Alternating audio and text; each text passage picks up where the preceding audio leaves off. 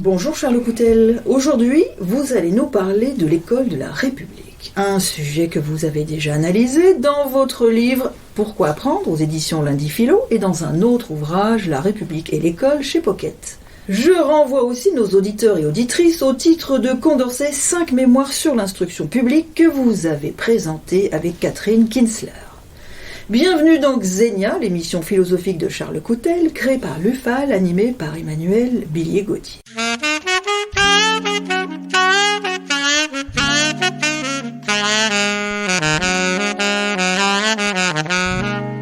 Encore un autre défi dont vous vous faites l'écho avec la crise que traverse l'école républicaine, dites-vous.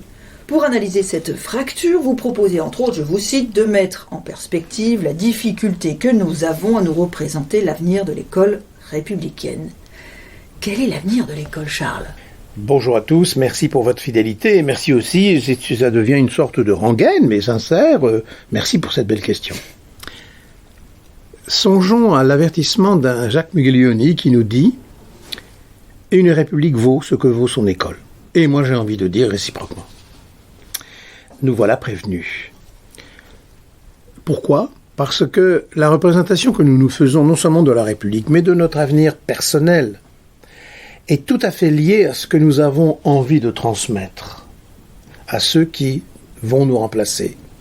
C'est un petit peu le cas de conscience que se pose celui qui, devant la naissance d'un incendie dans sa maison, se dit « mais qu'est-ce que je vais garder ?» Quelle est la chose qui me semble la plus essentielle ? Eh bien, j'ai même pas besoin de vous questionner, Emmanuel, vous sauvez d'abord les êtres vivants. Naturellement. Mais vous n'êtes pas sans ignorer que vous allez aussi, on le voit dans ces films, si vous voulez, de science-fiction, où on dit, mais est-ce que je vais brûler quand même pour me réchauffer la première édition du Gutenberg ? C'est-à-dire, très vite, vous allez vous poser la question de ce qu'il faut transmettre. Une société vaut aussi ce que vaut son école, mais de son rapport au livre. Mais pas seulement transmettre. L'école engage la question de la réduction tendancielle des inégalités dans notre société. Pour cela, écoutons ce que nous propose notre ami Condorcet. En 1792, offrir à tous les individus de l'espèce humaine, dit-il, les moyens de pourvoir à leurs besoins et d'assurer à leur bien-être, de connaître et d'exercer leurs droits, d'entendre et de remplir leurs devoirs. La destination civique de l'école repose sur l'idée que, tendanciellement, l'école doit aussi réduire l'injustice. Et je réponds avec un peu d'esprit d'escalier. Ces jeunes qui doutent de la laïcité, qui doutent de la République, nous demandent des comptes, puisqu'ils nous disent « vous défendez des principes, vous défendez des institutions, mais pourquoi vous laissez des inégalités ? Non pas simplement être là, mais parfois croître. » Alors attention, il existe un discours convenu qui consiste à dire « la France, ça n'est que la patrie de l'inégalité ». C'est faux. C'est du catastrophisme complaisant. Écoutez, pour avancer un petit peu ce que nous dit Condorcet. Assurer à chacun la facilité de perfectionner sa liberté, son industrie, de se rendre capable des fonctions sociales auxquelles il a droit d'être appelé, de développer toute l'étendue des talents qu'il a reçus de la nature, etc. Cultiver enfin, dans chaque génération, les facultés physiques, intellectuelles, morales. Vous aurez noté en passant améliorer ? Ça rejoint cette idée que pour s'améliorer, une société a besoin de transmettre le meilleur d'elle-même à la génération qui vient. Pour Jacques Miglioni, lecteur avisé de Condorcet, mais aussi d'Auguste Comte, une république vaut, je le répète, ce que vaut son école. Nous n'en avons pas tiré encore aujourd'hui toutes les leçons. Les républicains de la Troisième République, oui, notamment à travers l'idée que l'école républicaine doit être animée, organisée par des maîtres de grande qualité. Je mets les pieds dans le plat, cher Emmanuel. La formation des maîtres. L'instruction publique a été sacrifiée, non pas sciemment, mais massivement, par la politique de la droite depuis les années 70. De la droite maquillée en centre, c'est-à-dire le giscardisme, qui ne s'est pas contenté de chanter au ralenti la Marseillaise, et dotée nationale à éducation nationale, je vous signale. Non, elle a décidé que l'école était devenue ou allait devenir une communauté éducative en lieu et place d'une institution. Cet avenir est troublé aujourd'hui car nous n'avons pas encore rompu avec ce vocabulaire quasiment religieux qui a remplacé le vocabulaire laïque depuis les années 70 par le biais de ce que j'appelle, faute de mieux, le pédagogisme dominant, qui consiste, c'est une sorte de prédestination lamentable à faire en sorte de croire nous-mêmes que l'avenir social des enfants était à penser dans l'avenir social des parents. Mieux, pire, l'avenir scolaire des enfants devait être la projection du présent socio-économique des parents. Je le développe, cette thèse, ce préjugé, dans les chapitres 6 et 7 de mon ouvrage qui nous réunit pour l'instant. Autre question sensible, pourquoi l'école républicaine est plus qu'elle était et surtout n'incarne-t-elle plus les valeurs qu'elle est censée défendre et enseigner? Vous avez évoqué les 6 sophismes du pédagogisme républicain. C'est un peu mystérieux. C'est un peu mystérieux, mais si vous voulez, c'est comme les avions de chasse. Ça vole en escadrille. Quand vous recevez les bombes d'un, vous êtes bombardé. Ce sont les 6 plaies d'Égypte de l'école républicaine française. Le plus dangereux, c'est d'avoir oublié que l'école ne peut nous émanciper que si elle ose enseigner, on disait instruire, les savoirs élémentaires. Les savoirs élémentaires, c'est l'alphabet de l'émancipation. Qu'est-ce que cela veut dire? Ça veut dire qu'il faut faire l'effort d'être non pas simplement simple, mais d'être élémentaire pour se faire comprendre. On ne prendra jamais assez la mesure des 6 sophismes que je vais vous rappeler succinctement si on oublie ce que j'appelle le paradoxe de l'ignorant. Puis-je le préciser? Oui, j'aimerais bien. Moins j'ai de mots à ma disposition, moins je m'en aperçois. Quand vous dites « Ah, c'est fort », vous pensez dire quelque chose, mais quand vous dites, convaincu, « C'est trop fort de chez trop fort », une espèce de superlatif hébraïque du pauvre, eh bien, vous intensifiez votre émotion, mais vous ne dites rien. En revanche, si un jour quelqu'un vous dit « Tu es la rose des roses », ça c'est autre chose, c'est de la poésie, superlatif hébraïque au sens strict, là c'est bien. Non, je plaisante, ce paradoxe de l'ignorant est masqué aujourd'hui dans ce qu'on pourrait appeler le jeunisme maquillé en spontanéité. C'est pour ça que les sondages, c'est bien. Mais attention, ça peut être aussi l'addition des préjugés dominants dans une génération. Non, face aux sondages et la dictature des sondages, osons instruire des savoirs élémentaires. Cela s'appelait l'école normale. Dans l'idée d'école normale, dans normes, vous aviez la recherche de ce qui crée du sens pour tous les esprits au même moment, tout en respectant chaque esprit. Quand vous faites ça, vous êtes un maître, et pas simplement un enseignant ou, bas de gamme, un prof ressource. Osez être le transmetteur de l'élémentaire, tel est le défi que des générations et des générations d'instituteurs ont eu l'honneur de relever, de transmettre. Alors oui, bon voilà, je suis désolé, ça fait un tout petit peu plaie d'Égypte. Il me semble que ces sophismes s'organisent autour d'une affirmation parfaitement contestable, que j'appelle le sophisme sociologiste. Ça revient avec force statistique à prédire l'avenir d'un élève à partir des conditions socio-économiques présentes de ses parents. D'où notre habitude de parler de milieux socioculturels défavorisés. Mais un ignorant est d'abord ignorant, il n'est pas ignorant bourgeois, ignorant prolétaire, ignorant immigré.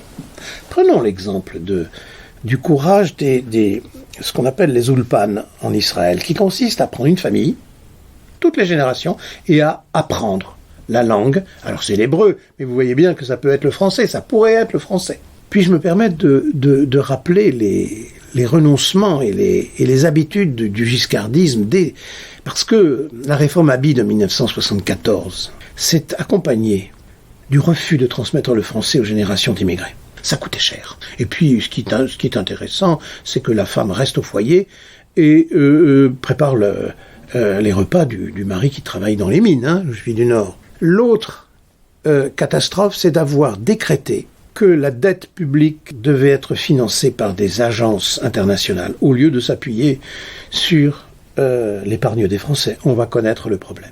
Voilà. Et comme si ça ne suffisait pas, évidemment, la décentralisation confondue avec la décentralisation. D'où territoire, en lieu et place de la nation. Ce sophisme pédagogisto-sociologique, il est calamiteux. Deuxième sophisme, cela revient à confondre l'allongement du temps scolaire avec l'étirement des apprentissages. Puisqu'on a beaucoup de temps, l'imparfait du subjonctif, c'est l'année prochaine. Et d'année en année, on n'entend jamais parler de l'imparfait du subjonctif. Les choses difficiles, ce sera pour l'année prochaine. Savez-vous que le passé simple n'est plus enseigné? Ah bon? Qu'il faut presque une sorte de ruse pour pouvoir l'enseigner? Dans le primaire, j'entends. Troisième sophisme, c'est l'idée que les programmes seraient toujours trop chargés. C'est confondre un élève enseigné et un élève renseigné. Le sophisme technologique est plus grave. Cela consiste à dire qu'une machine peut savoir à ma place. Ben non, une machine m'informe.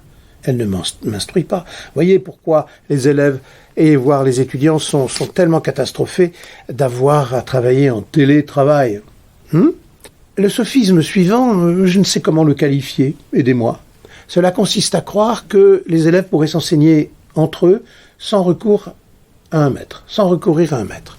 Désormais dégradé en personne ressource. Mais si je ne suis qu'une personne ressource, pourquoi voulez-vous que mes élèves me respectent? Ils ne me respectent que si je les aide à grandir dans leur liberté, ce que veut dire le mot autorité.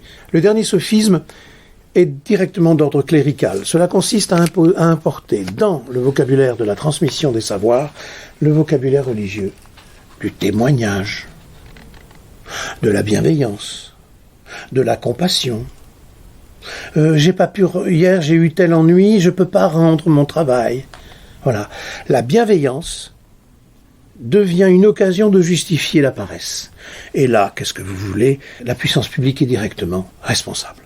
Toujours dans cette perspective d'améliorer les choses et de proposer des solutions, que faire, Charles, pour redonner ses lettres de noblesse à l'école républicaine? Quelles sont les pistes concrètes à suivre pour sauver l'école? Merci là encore pour cette belle question. Comme toute perspective, c'est à la fois velléitaire, un peu niais, un peu généreux, tout à la fois, mais osons, comme je me suis permis d'oser une définition de la laïcité. Je vois cette proposition, mais ce n'est pas un programme politique, c'est un programme philosophique. Je pense qu'un programme politique n'a de sens que s'il est précédé par un programme. Ça ne veut pas dire que les philosophes doivent prendre le pouvoir, ça veut dire qu'ils doivent être là pour influencer les politiques sans prendre leur place. Sinon, on le voit à travers certains intellectuels qui sont devenus des conseillers du prince, ils se trahissent, ils perdent leur âme et finissent par dire l'inverse de ce qu'ils pensent. Je vois donc quelques pistes. Tout d'abord, reconquérir l'exigence d'élémentarité. Aujourd'hui, le mot fondamental a remplacé le mot élémentaire. Pour cela, il faudrait arrêter la mastérisation de la formation des maîtres et revenir vers des lieux de formation que j'appelle formation de école normale supérieure régionale. Ici, toutes les constructions sont possibles, mais on ne peut plus continuer comme ça. La reconquête de l'élémentarité des savoirs est la priorité, en lieu et place des compétences, dont le centre est partout, la circonférence nulle part. Deuxièmement, réaffirmer le caractère national de la formation des maîtres, et non pas ces lieux de formation improbables, dont les modules changent sans arrêt. Savez-vous que dans certains endroits que je ne nomme pas, on a 6 heures sur la laïcité? Je sais qu'un rapport est en train de sortir pour essayer de faire quelque chose, mais n'est-ce pas un peu tard? Juin 2021, quelques mois avant une élection. Alors, la troisième priorité est une évidence. Faire de la maîtrise de la langue française à la fin des études primaires une véritable cause nationale. Cause nationale, tenez, on retrouve cause républicaine. Quatrièmement, rompre avec le sociologisme. j'en ai parlé. Mais surtout, les conséquences de ce sociologisme dans, par exemple, ce qu'on appelle le système des bourses. Il faut donner des bourses au mérite, et pas uniquement en fonction du revenu des parents.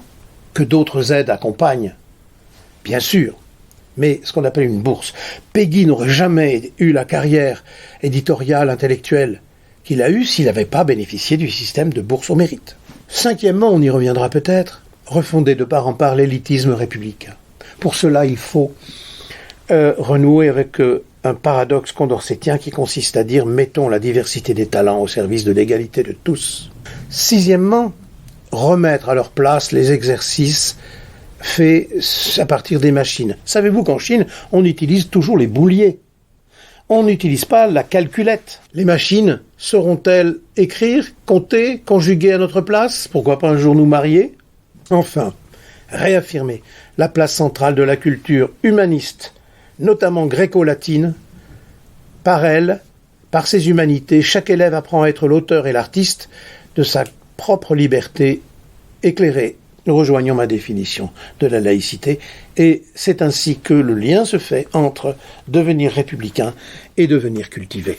J'ajoute, pour terminer votre exposé, Charles, brillant comme toujours, que vous évoquerez cette idée de renforcer l'élitisme républicain dans notre prochain rendez-vous, Xenia épisode 5, intitulé « Et l'égalité républicaine ». Merci Charles Coutel. C'est moi qui vous remercie, cher Emmanuel, dite la républicaine. En attendant de vous retrouver la semaine prochaine, chers auditeurs et chères auditrices, et vous pouvez réécouter les 4 émissions de Xenia sur notre radio Laïcidad. À bientôt Charles. Merci, à bientôt.